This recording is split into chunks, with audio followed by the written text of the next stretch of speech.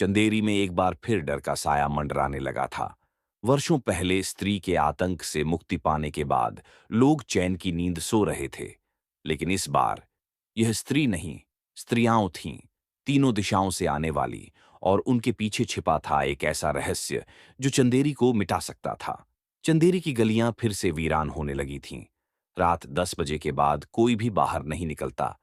दीवारों पर पुराने संदेश फिर से उभरने लगे थे। ओ स्त्री, कल आना।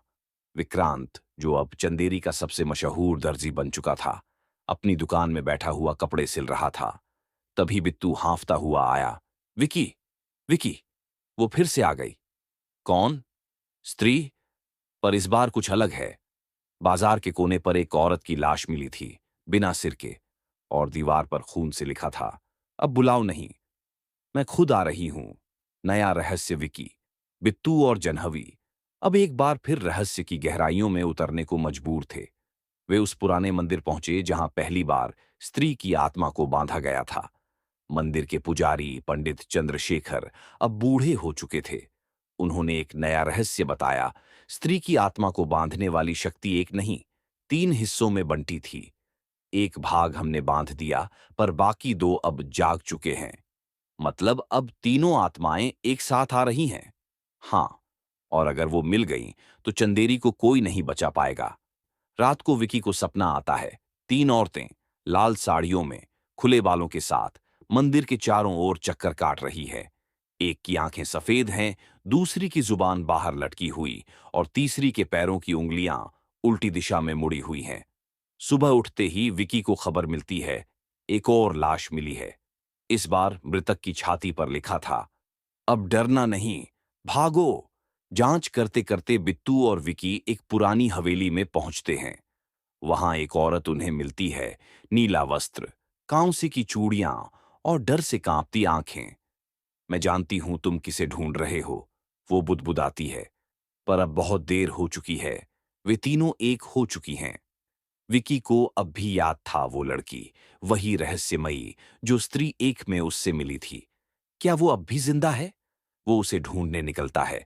जंगल के बीच एक आश्रम में उसे एक योगिनी मिलती है, वही लड़की, अब एक साध्वी बन चुकी। तुमने मेरी चेतावनी नहीं मानी विक्रांत। पर यह सब क्यों हो रहा है? क्योंकि स्त्री केवल एक आत्मा नहीं थी, वो एक वंश था। जिन महिलाओं को अन्याय, अत्याचार और हत्या का शिकार बनाया गया था, वे सब मिलकर एक शक्ति बन गईं। अब वो बदला लेने आई हैं। शहर के केंद्र में स्थित विशाल मैदान में तीनों स्त्रियां एकत्र होती हैं। आकाश में लाल बिजली चमकती है और चारों ओर चीखें गूंजने लगती हैं। लोग घरों में बंद हैं, दरवाजों पर लहसुन और नींबू लटकाए हुए। विक्रांत, बिट्टू और जनहवी अंतिम बार मंदिर जाते हैं। पंडित चंद्रशेखर बताता है, उन्हें रोकने के लिए एकमात्र उपाय है स्त्री की सच्ची पहचान उजागर करना। पर वो कौन है? तुम, विक्रांत, सिर्फ तुम उसे जान सकते हो। क्रांत मैदान में पहुंचता है।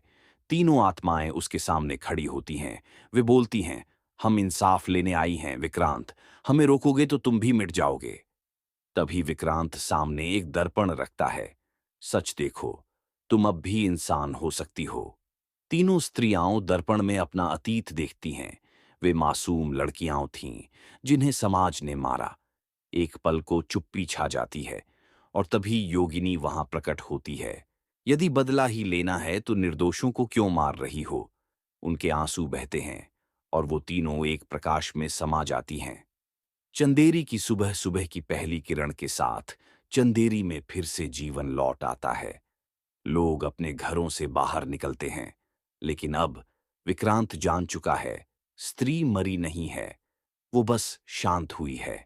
दीवार पर एक नया संदेश उभरता है, ओ स्त्री, कभी मत आना, पर हम समझते हैं तुम्हारा दर्द।